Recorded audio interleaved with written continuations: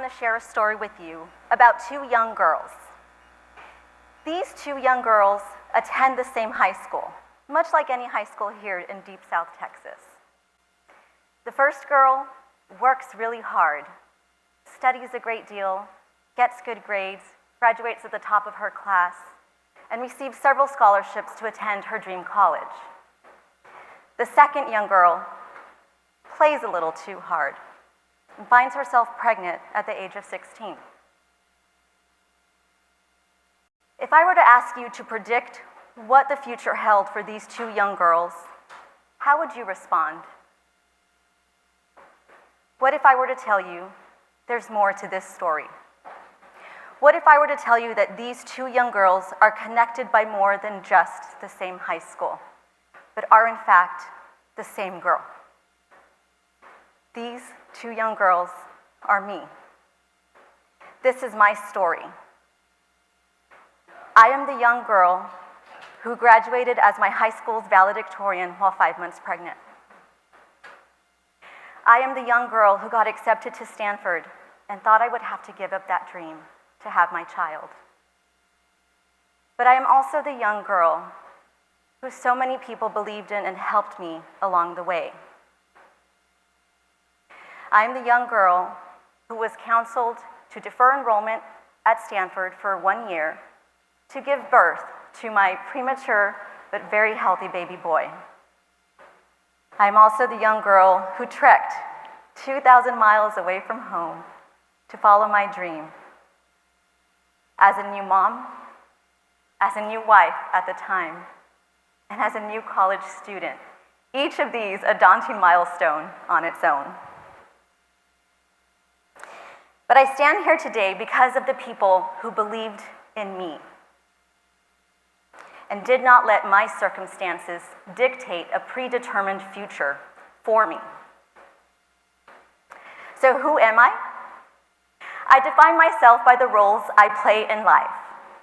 I am a daughter, a sister, a mother, a friend, a student, a teacher, a learner, a leader, and always a work in progress.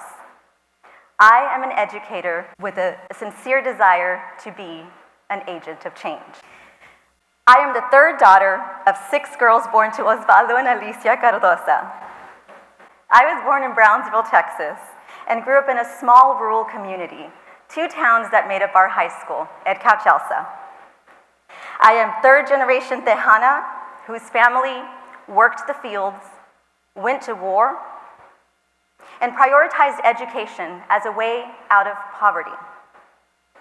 My family taught me that anything is possible if we have the grit, the ganas, and the corazón to keep going.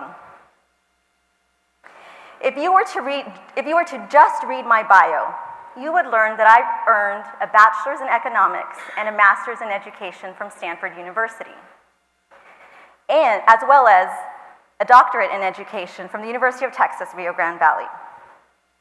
You would learn that I advanced through many roles in my career and that I'm deeply committed to my community.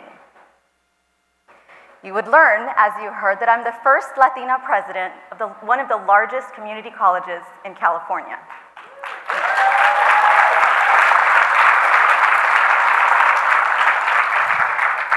But what my bio doesn't tell you is my struggle and perseverance to get to where I am today. I have experienced many times in life where I was judged by my circumstances before my character. At doctor's appointments with my young son, where we would receive stares and whispers. In my economics class, where we talked about government welfare programs, and I sat there knowing I was one of those people, but doing everything I could to make sure I got out of poverty, make sure I got my family out. I was the exact person who these government programs were supposed to be helping.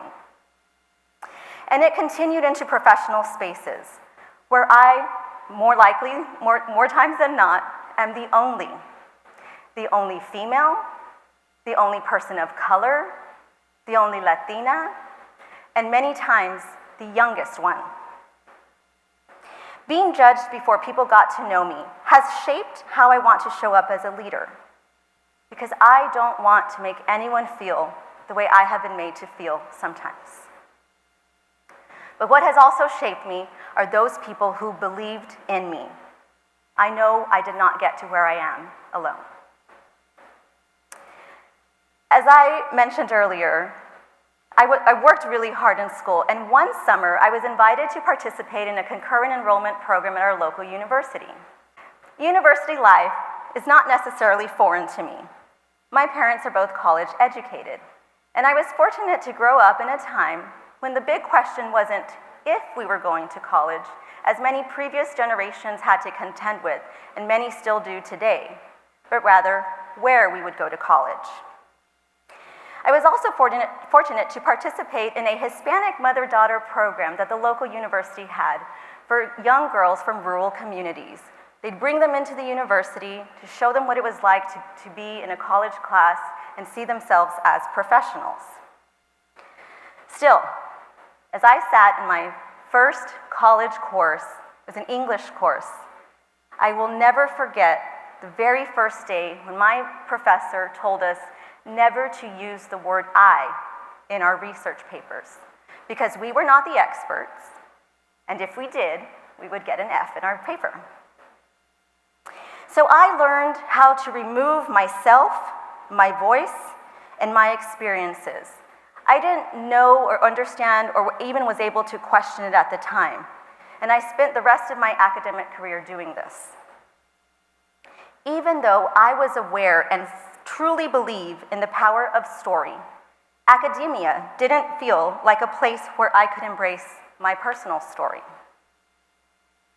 So imagine my surprise when in my doctoral program, my mentor asked me to respond to an article that the Brookings Institute had put out called "The Missing One-Offs," about high-achieving, low-income students who were not applying to or not attending prestigious universities. I was asked to share my personal story for a letter grade in class in my doctoral program. And so I did. I wrote about leaving my hometown with my small family to attend one of the most selective universities in the nation and succeeding, graduating in a timely manner. It was through this writing that I was challenged to find and use research that delved into the power of story and how it related to education and educational attainment. The more I researched, the more I was exposed to and learned from and cried with and got emotional with these lived stories, research stories that were published. Stories of educational and generational trauma. Stories of hardship and perseverance in life and in the classroom. The more I read these stories, the more I was alive by research, felt alive by research. And then I had the good fortune of hearing one of these scholars speak at the university, making an academic case to use personal lived experience as political, academic, and educational impact. Through testimonio. It was these powerful stories by countless authors of colors that moved me and let me know that I did have a place in academia. My people have a place in academia. Our stories have a place in academia. Just because our stories are not always published in academia doesn't mean that we don't belong. We have an educational right to know our history and know our stories. I had spent so much time removing myself, trying to be the good, stoic, unbiased researcher that I thought academia wanted. But then my research became personal, and my voice grew stronger.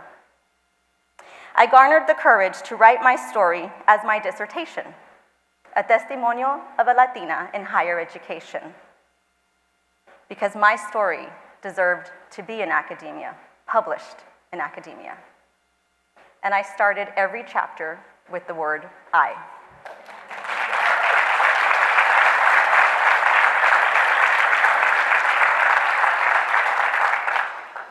Through this process, I reflected on how I was raised and how that influenced how I show up for people and how I show up in spaces.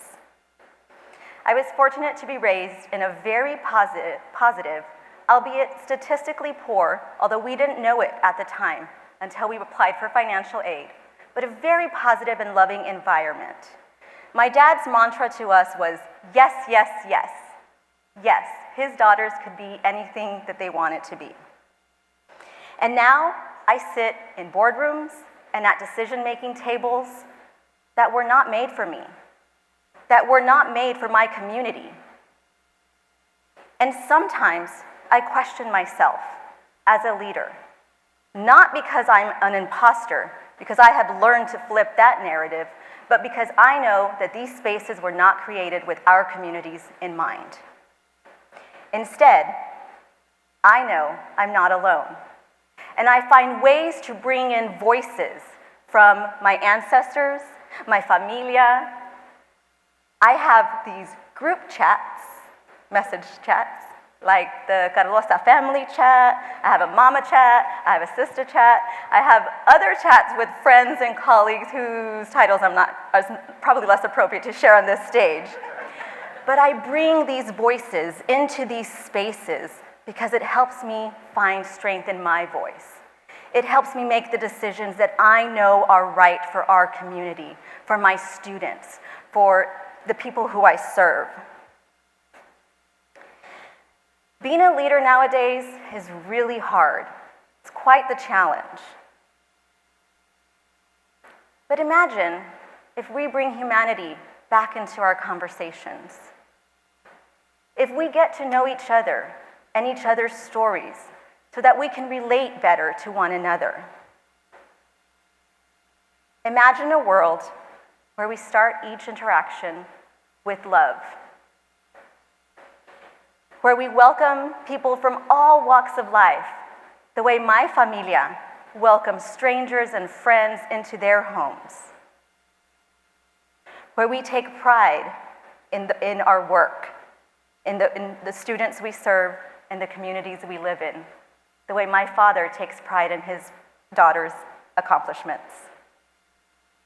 Where we allow our children to make mistakes, love them unconditionally, and still expect them to do the very best they're capable of, like my mother expects of her daughters. Where we are resourceful and make the most out of whatever we're given, like my tias and tios taught me. Where we show up for each other, cheer each other on, and have each other's backs, like the communities of Edcouch-Elsa, Edinburgh, and Sacramento have had for me. Where we learn our history, about our ancestors, about our heroes in the classroom, the way some very good teachers and professors taught me. Where we honor our past, celebrate our present, and strive for a better collective future. Where we believe in others first before we judge them. And where we are not afraid to lead with love, as I choose to do every day. I imagine that future for us, and I work hard every day to ensure that my students feel like they belong in academia, that their voices, their stories, their knowledge is brought into the classroom and into our work. I do what I do because so many people believed in me and allowed me to show up as my true, authentic self. I want to be that agent of hope, belief, and change for others. As Gloria Ansaldúa, a scholar born and raised in South Texas, whom I did not learn about until my graduate studies, which is unbelievable. But as Gloria Ansaldúa once wrote, I changed myself, I changed the world. I am the living embodiment of the change I want to see in this world. You can be too. Thank you.